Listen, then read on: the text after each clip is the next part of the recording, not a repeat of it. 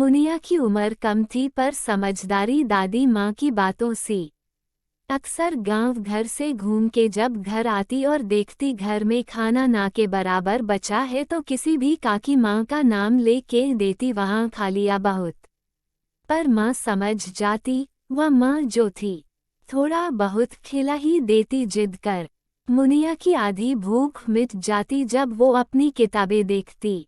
मास्टरनी जी ने घर घर बांटी थी, कहा था स्कूल आने को, पर बाबूजी कहते गरीब को खाना चाहिए होता है ना कि पढ़ाई।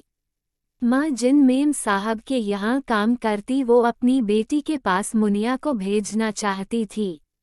उनकी बेटी ने मुनिया को बुलाया मिलने के लिए। मुनिया दीदी की बेटी को खूब खिला लेती थी। दीदी जी ने मुनिया से पूछा, क्या अच्छा लगता तुझे, कोई काम आता भी है कि नहीं? मुनिया मुस्कुराकर बोली, मुझे पढ़ना पसंद है, मैं ना बाबू को सब पढ़ा दूंगी। दीदी खिलखिला के हंस पड़ी, अरे पगली, मैं तुझे बाबू को संभालने को ले जाने का सोच रही, तुझे पढ़वाने को ले जाऊंगी। पर सोच रही क्या करूं, तू अभी खुद छोटी सी है।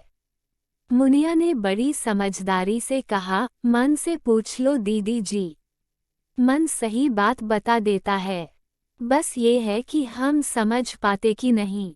दीदी बोली, अच्छा तू तो बड़ी बड़ी बातें सीखे है, तेरा मन क्या कहता है? मुनिया सपनों भरी आंखों से बोली, मेरा मन कहता है यहीं रहूं, खूब पढ़ूं, अफसर बनूं। फिर वो हंसने लगती है। इस हंसी में टूटे सपनों के टुकड़े जुड़ने को मचल रहे थे। दीदी कुछ न बोली। अगले दिन दीदी जी मुनिया को लेके अपने घर चली गई। मुनिया दिन भर बाबू के पीछे भागती, खिलाती, कपड़े बदलती, जैसे बचपन से ही सीखी सिखाई हो। ये इस बात का भी परिचय था कि वो जो करती, मन लगाकर करती थी। फिर एक दिन बाबू का स्कूल में दाखिला हो गया। मुनिया उसकी किताबों को ध्यान से रखते रखते ही थोड़ा थोड़ा रोज पढ़ लेती। एक दिन दीदी जी बाबू को डांटे जा रही थी। बाबू ने कक्षा परीक्षा में बहुत गलतियां की थी।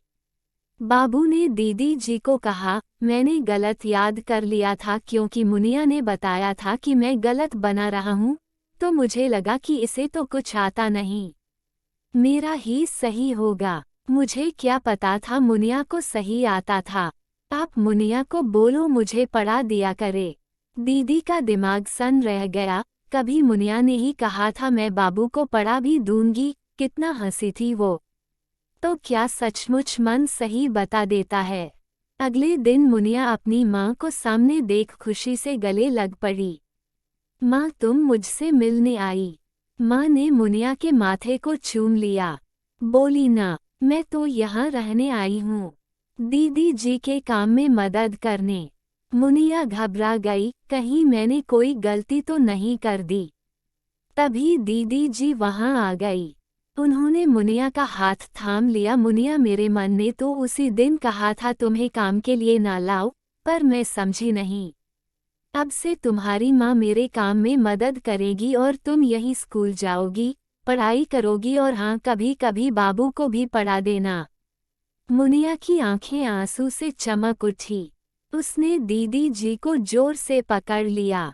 दीदी जी मैं बाबू को खूब पढ़ाऊंगी, देखना आप बाबू सब सही करेंगे। सब सही, सब सही। मुनिया की आंखों के सपने जुड़ रहे थे और दीदी जी का मन भी कह रहा था, सब सही सब सही। This story is from story nation by Aditi.